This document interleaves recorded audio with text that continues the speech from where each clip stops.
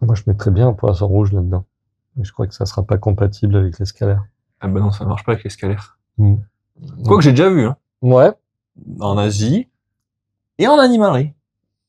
Ah, deux mondes merveilleux. Deux mondes merveilleux. Bon, je les aime bien, mais autant qu'on les côtoie tous les jours.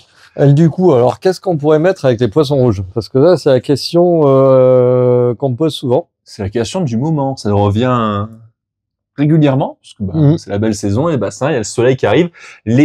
L'été qui normalement devrait arriver. Bah, il est installé dans certaines régions, et nous, paradoxalement, dans le sud, en bord de mer. On s'emmerde un peu, nous. Bon, il faisait 28 quand même, hein, ça va. Hein, là, bon, c'est pas l'été, 28. Ah, il manque encore 5-6 degrés. Mais moi, si j'arrive à dormir la nuit, c'est qu'il fait pas assez chaud. Eh ben, moi, je préfère dormir la nuit. Hein. Ah, c'est qui les vacanciers, tant pis pour vous. Mais c'est pas le sujet, c'est Bubule. Bubule. Il aimerait bien avoir des copains Bubule, mais des copains différents des Bubules. Des copains différents de Bubule, c'est vrai ça. Alors,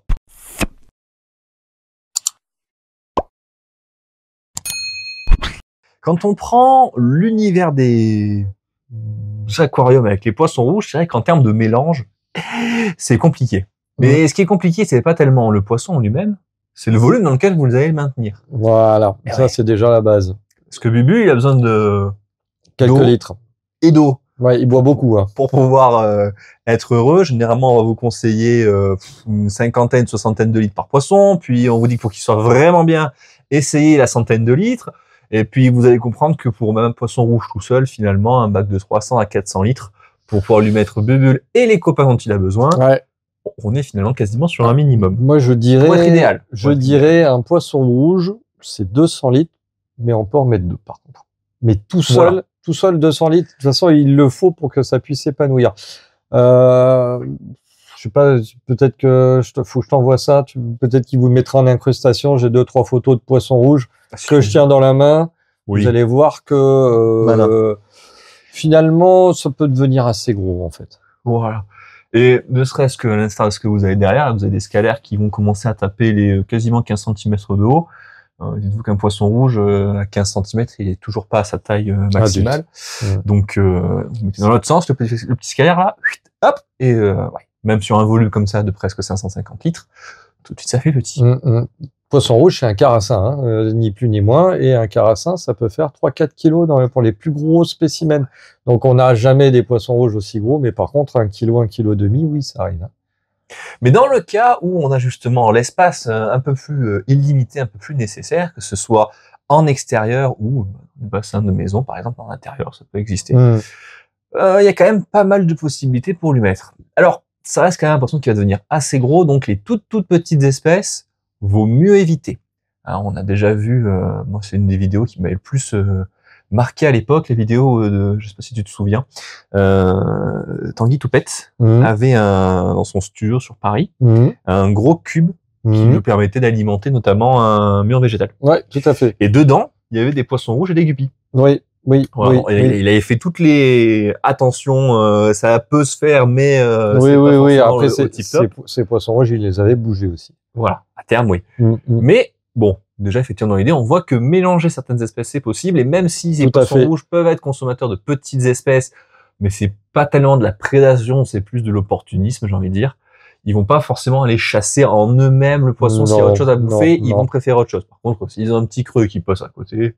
Oui, alors après un guppy ça bouge un peu, un poisson rouge ça a quand même un peu de mal. Par contre, pour avoir fait les deux, moi aussi, ça peut manger les petits qui sont un peu planqués dans les algues. Eux, ils viennent aussi manger, vous savez, dans les racines, j'avais des colocasia, ça fait beaucoup de racines, donc les petits poissons viennent se planquer dedans, et eux, ils viennent aussi manger dedans, et ils peuvent aspirer des algues. Donc en fait, j'avais quelques guppies que j'avais mis là pour la saison, et j'avais eu très peu de reproduction en fait.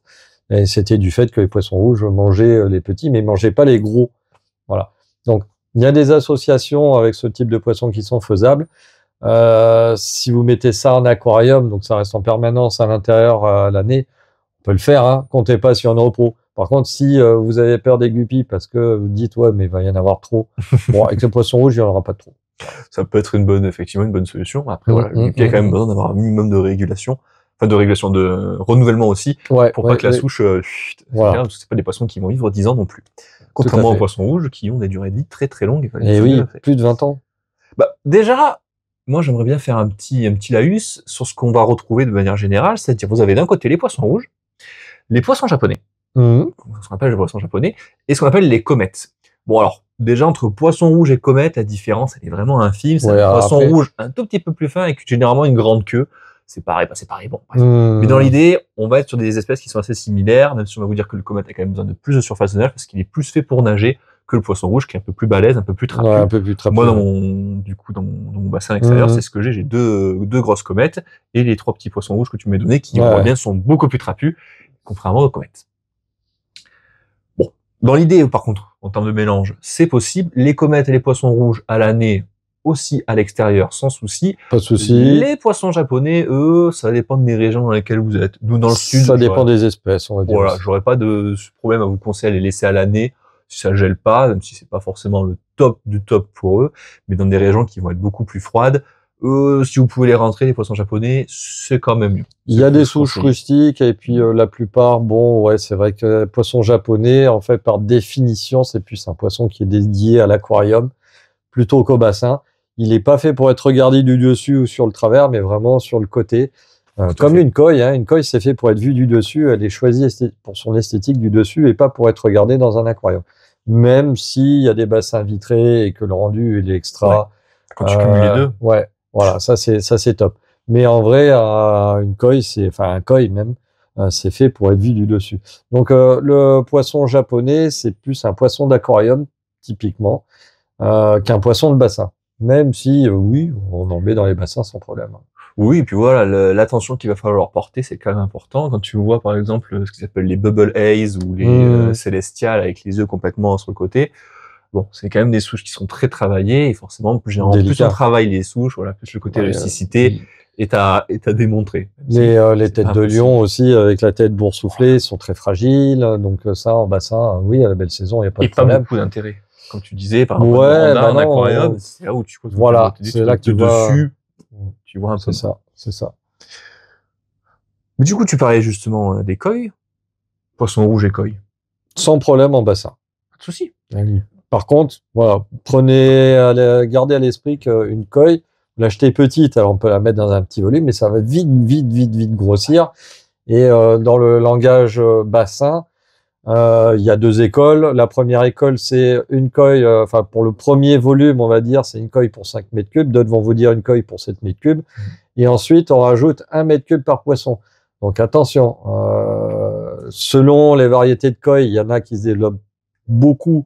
Donc effectivement, le coût des 7 mètres cubes, c'est pas du tout une bêtise. Non. Parce que en 3-4 ans, votre poisson, il explose et devient énorme. Et là, vous dites, mais qu'est-ce que je vais en faire? Et en plus, en fonction des mâles et des femelles aussi, t'as des poils différents. Voilà. Mais donc, si vous prenez des koi avec des gros bassins qui font plus de 10 mètres cubes, là, vous faites votre mélange, il n'y a pas de problème. Maintenant, si c'est le petit bassin d'1 mètre cube, on oublie les koi parce que vous allez les condamner à du nanisme ou à des gros problèmes. C'est un peu dommage. Voilà. Et là où on parlait déjà de durée de vie assez impressionnante sur les poissons rouges, je pense que si aujourd'hui je prends un poisson rouge, je pas micro. Si je prends un poisson rouge aujourd'hui, je pense que je peux l'avoir une grosse partie de ma vie. Là où une koi, techniquement, je peux la léguer à mes enfants presque. Hein, si ouais, je fais les choses correctement. Alors ça vit pas 100 ans. Bon après il y a des légendes, on sait pas. J'espère avoir 100 ans à vivre, mais je crois que je les ai plus. Mais une trentaine d'années, un koi sans trop de problèmes. Hein, ça peut vivre même plus longtemps encore, mais déjà une trentaine d'années. Un poisson rouge, ça peut vivre une vingtaine d'années. Donc alors on se dit c'est qu'un poisson, c'est pas voilà. Bon, un chat, ça peut vivre longtemps, ça a plus de, on va dire plus d'affinité avec un chat qu'un poisson. Mais bon, c'est pas une raison pour négliger le côté poisson. Un poisson rouge, ça vit sa vie. Hein. Tout à fait. Et puis, tu vois, moi aujourd'hui j'ai 25 ans. Dans 50 ans, j'en ai 75. Comment déjà ça après, alors, des koi à 50 ans, en 50 ans, il peut s'en passer des choses. Ouais, c'est ça. Voilà. Donc, et puis s'il y a une guerre, le koi, il finit dans l'estomac. Les puristes, là, ils vont me sauter dessus. Tu mangerais ça, toi? Je peux pas manger une carte, mais le jour où t'as faim et que t'as pas le choix, tu finirais bien par manger quelque chose. Hein. Bien cuit, alors. À défaut de chat, je mangerais le koi. Hein. Ah, tu commences par le chat? Oui, ça a le goût du lapin, ça sera meilleur. Hein. Ça a plus de goût. Bon, allez, trêve de bêtises. Vous aussi, apprenez des épreuves de... Donc oui, non, association Ecoy, oui, si gros volume. Après, il y a d'autres associations possibles. Bah là, il y a quelques semaines, 3 semaines, on a présenté les 3-4 semaines même. On a présenté un petit pavédarium avec les médacas. Tu mettrais les médacas avec des poissons rouges?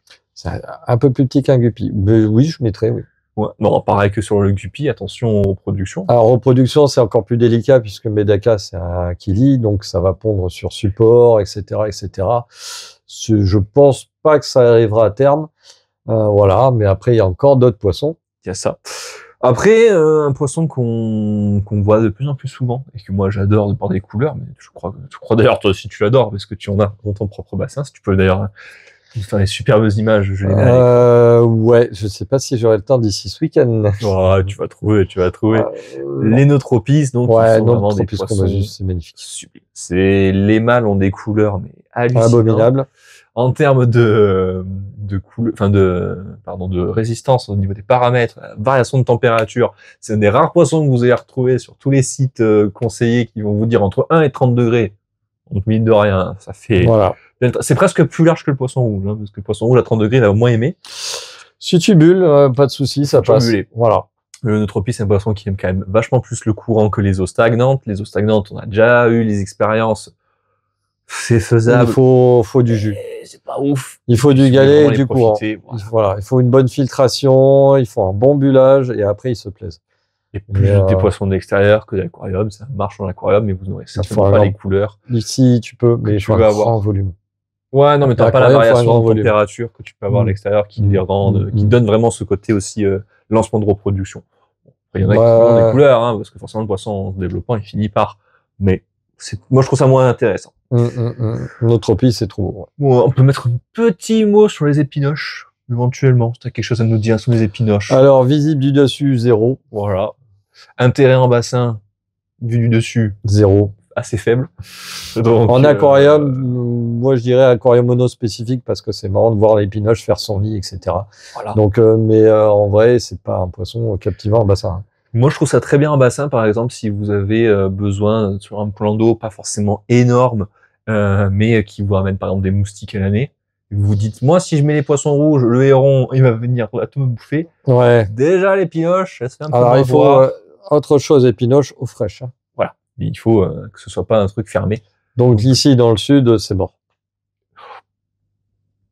Avec un groupe froid sur un bassin? Non. Ouais, faut arrêter les horreurs. Voilà, c'est ça. Donc, ouais, il y a quand même pas mal de bouvière, la vraie bouvière, pas la bouvière arc-en-ciel qui sont en fait les Notropis. La vraie bouvière, vous avez deux variétés de bouvières qui sont commercialisées. Ça pond dans des anodontes, donc vous mettez un peu des moules aussi dedans. Poisson discret, mais vous avez en période de frai, le mâle il prend des couleurs violettes. Et c'est pareil, ça monte en surface, ça s'alimente et c'est assez sympa. J'en ai eu. C'est beau. Et je trouve que c'est cool. Après, un peu délicat à reproduire. Voilà. Et c'est un peu voilà. C'est tout. Un poisson un peu plus belliqueux. Le macropode. Ah ça c'est une question. Personne n'est d'accord. En fait, le problème, c'est que poisson rouge, poisson familier, pépère, tranquille, joli, enfin, c'est le petit toutou du bac. Le macropode, c'est la teignasse du bac. C'est le petit roquet. C'est le petit roquet qui est mais c'est très beau, il y a plusieurs variétés, c'est sympa. Le petit roquet, c'est très antagoniste, il faudrait trouver le hardscape qui permette que les poissons rouges soient d'un côté et si vous avez, on va pas vous dire d'avoir des milliers de litres non plus pour avoir cette espèce. Mais au moins 500, 800 litres. Ouais, facilement pour quand même pouvoir avoir les deux. Attention sur les périodes de sortie d'hivernage où le macropode peut être réveillé un peu plus tôt et venir emmerder un peu les poissons rouges à ce moment-là. Sinon, dans l'idée, ça reste faisable, ça reste un beau combo, c'est quand même un superbe poisson. Les mâles ont vraiment des parures magnifiques. Et vous avez forcément tout le côté, comment ça s'appelle, reproduction qui se fait en surface. Donc quand même. Alors que le poisson rouge va se faire, mais alors un plaisir monumental à venir détruire le nid, mais il se fera un peu enquiquiner quand même par le mâle. Bon, toujours. Mais oui, macropode, ça peut être une bonne option. Hein. De toute façon, il y a plein de trucs. Après, alors, il y a une option qu'on peut faire plutôt que dans le sud, c'est les 2 mois d'été où l'eau, elle dépasse les 22-24. Vous pouvez sortir n'importe quel poisson de votre aquarium, le mettre dehors. En regardant que les paramètres d'eau soient pas trop durs, parce que l'histoire d'évaporation, ça fait augmenter la dureté. Voilà, vos Amazoniens, ils vont pas forcément kiffer. Voilà. Vous sortez vos scalaires, mais ils vont peut-être pas aimer longtemps. Les discus, on va peut-être les laisser dans l'aquarium. Mais vous pouvez sortir, en vrai, on peut sortir pas mal de poissons. Par contre, il faut les rentrer derrière. Voilà. Alors, on va pas dire que c'est une association profitable parce que c'est transitoire, c'est voilà. Mais c'est presque possible. Hein. C'est possible. Après, voilà, il faudrait compter. Est-ce que le stress de déménager d'un bac à l'autre, ça a vraiment un intérêt? Combien de temps vous allez les laisser? L'intérêt de nourriture vivante qui peut être mise par rapport au bassin, pourquoi pas? Ouais, enfin, les poissons rouges laissent pas grand-chose traîner derrière eux. Ce serait un bassin sans rien, à la limite, avec les poissons rouges. Le seul intérêt véritable, c'est que vos poissons vont prendre des couleurs de ouf. Voilà.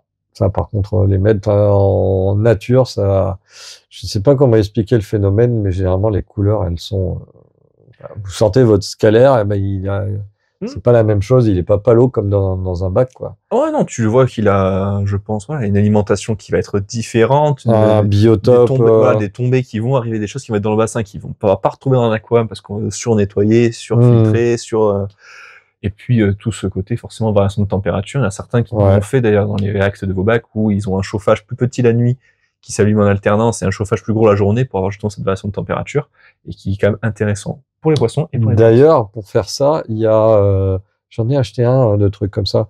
Alors, c'est pour les terras. C'est une sonde de température qui va se mettre ou dans votre aquarium ou dans votre terra. Et ensuite, 2 prises. Une prise que vous avez programmée pour le jour et une prise que vous avez programmée pour la nuit, qui permet en fait de faire par exemple une montée de température à 27 le jour et 23 la nuit. Donc, ça switch en fonction des heures que vous avez programmées. Et c'est vraiment intéressant. Donc, c'est fait pour les terras. C'est surprise. Applicable, oui, surprise. Et c'est applicable sur aquarium. Alors, une espèce qui dont la cohabitation est visiblement possible, même si je l'ai eu à mes dépens, ce sont les Aphanus mento et les poissons rouges. Alors, j'allais chercher sur mon bassin personnel, j'ai un système de filtration, donc avec 3 bacs de 80 litres, remplis quasi avec un peu plus de la moitié, on va dire, de pouzzolane, une partie en eau qui fait la circulation et qui recrache dans le bassin en dessous. Et je me suis dit, tiens, des poissons rouges qui sont dans le bassin, ils sont bien, ils mangent toute l'herbe de moustique qu'il y a dedans. Par contre, dans les 3 trucs au-dessus, mince! Ah, ça, c'est con, ça. Le courant est pas assez rapide pour pouvoir justement s'infiltrer dessous et bien être filtré. Du coup, l'herbe de moustique arrive à rester en partie en haut et à se développer. Du coup, je me suis dit, tiens, 12 Aphanus mento, justement, qu'on vous a présenté en vidéo, ça m'a convaincu, je vais essayer de les mettre dans la partie haute.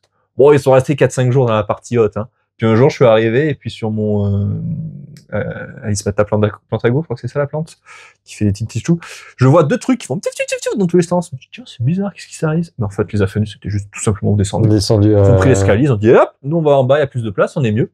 Donc, visiblement, les poissons rouges ont pas du tout l'air de s'y intéresser, et puis au contraire, eux, ils ont l'air de faire leur vie. Non, mais ça, tu peux faire plein de cohabitations comme ça, mais L'Aphanus mento, l'avantage, c'est que dans la région, ici, en plus, moi, il est pas, le bassin n'est pas sur le sol. Donc, même l'hiver, il est au-dessus de quelque chose, d'ailleurs. Ouais, ça va descendre à 7-8 degrés. Voilà, ça gèlera pas ou autre. C'est juste au-dessus d'un truc chauffé. Donc, bon, dans l'idée, ça sera bien.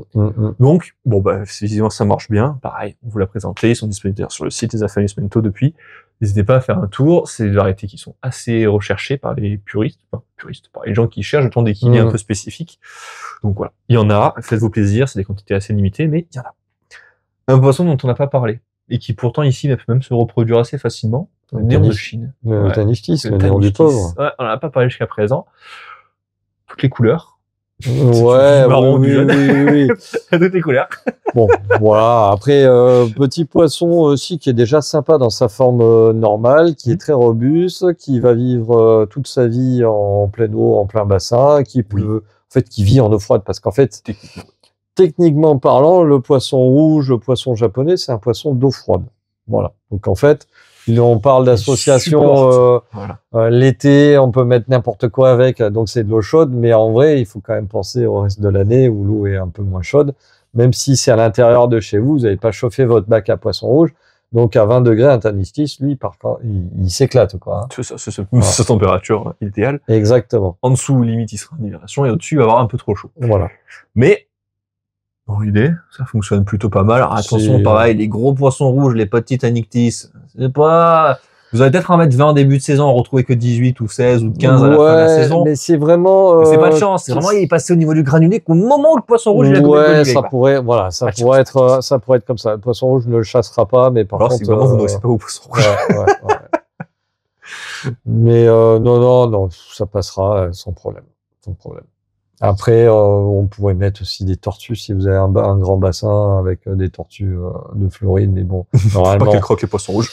Non, elles les croqueront pas, mais normalement, bon, tortues de Floride, c'est une espèce invasive, donc comme ça, vous n'avez pas le droit de les avoir. Les espèces locales, eh ben, elles sont protégées, on n'a pas le droit de les avoir, donc...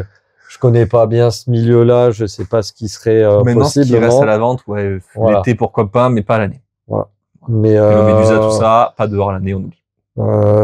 Voilà, vous avez un bassin au fond du jardin, il y a des tortues, vous pouvez mettre des poissons rouges avec, en association, ça marchera. Voilà. Ouais.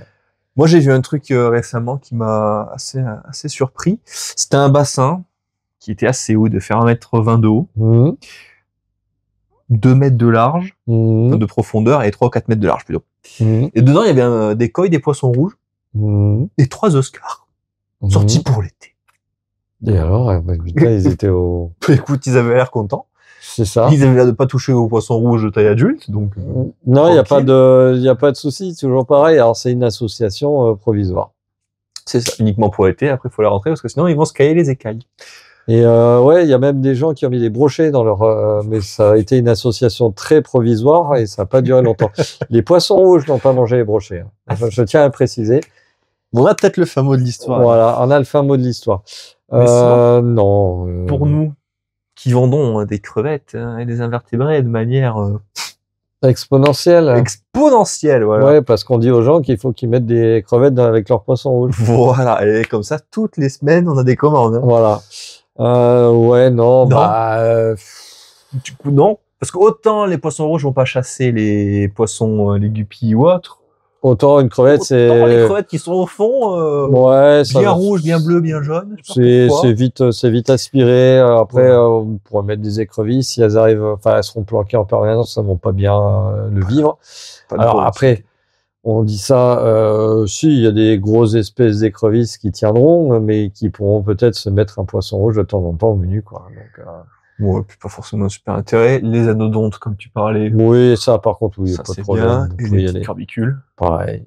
C'est super top. Voilà. En termes d'invertébrés, on va se limiter à ça en termes de conseils. Ce sera certainement le mieux. Crabe vampire. Ah, bonne idée. On en a dit pas mal, là, déjà. Ouais, on en a dit pas mal. Après, on n'a pas parlé de plantes, hein, mais... ah ouais, c'est vrai, ça, les plantes, c'est quand même sacré. C'est pas mal. C'est une bonne association. Pourquoi c'est une association de malfaiteurs parce que la plupart des plantes vont être mangées par les poissons rouges. Voilà. Donc après, tout ce qui est nénuphar, enfin, les plantes un peu grosses, rustiques, ça peut tenir. Pas avec les capamours. T'es pas les capamours avec les nénuphars. Merci. Il faut vendre des plantes. Ah, pardon. C'est pas des carpes herbivores. Non, ben non, surtout pas. Après, pistia, machin, voilà, poissons rouges vont venir voir s'il n'y a pas des trucs qui sont collés dessus. Donc, de temps en temps, ils vont un peu les bousculer, mais ça tient. Voilà. Bon, puis on avait fait une vidéo sur laquelle on dit sortez vos plantes pour un aquarium, pour voir ce qui pouvait dans les bassins. Je vous mets le lien, vous pourrez la voir immédiatement. Les plants, par contre, qui vivent les pieds dans l'eau, eux, ils vont être dorés parce que les poissons rouges et les nitrates, ça. Ouais, ça, pas de problème, ça bombarde. Donc, association, colocasia, etc. D'ailleurs, faut que je t'en file, toi, hein, parce que. Un jour. Il faudrait peut-être que tu mettes dans tes. C'est bon, j'ai la place, là, je peux. Voilà. Colocasia, ça marche très bien, très bon épurateur, roseau, massette, machin, truc mûche, enfin, tout ça, les iris, etc. Ouais, les iris, c'est bien. Voilà. Menthe aquatique, on n'a toujours pas. Pas aquatique. Ouais, moi j'essaie de la menthe. Essaye de planter des salades, tu vas voir. Les salades. Ouais, ça marche. Hein. Si vous avez plus d'idées de cohabitation possible à l'année ou au moins pendant la période estivale, qui peuvent être intéressantes, vous n'hésitez pas à nous les mettre en commentaire de la vidéo pour pouvoir les partager avec tout le monde. Et puis nous, on n'hésitera pas à les remettre en avant et dire ah attends les gars, on a oublié. Très très bonne idée. On vous laisse le soin aussi de nous indiquer, par exemple pour les plantes que vous conseillez comme plantes pour les poissons rouges, qui peut aller avec ou pas. Et puis nous, on se dit à la semaine prochaine. Allez, on fait comme ça. On fait une vidéo de ouf la semaine prochaine. Ouais, totalement oufissime. Un truc de fou. Un truc qu'on n'a jamais vu, ou très peu. En tout cas qu'on n'a jamais vu en France, ou sur la chaîne. Ah, je suis chaud. Voilà. À la semaine prochaine. On vous présentera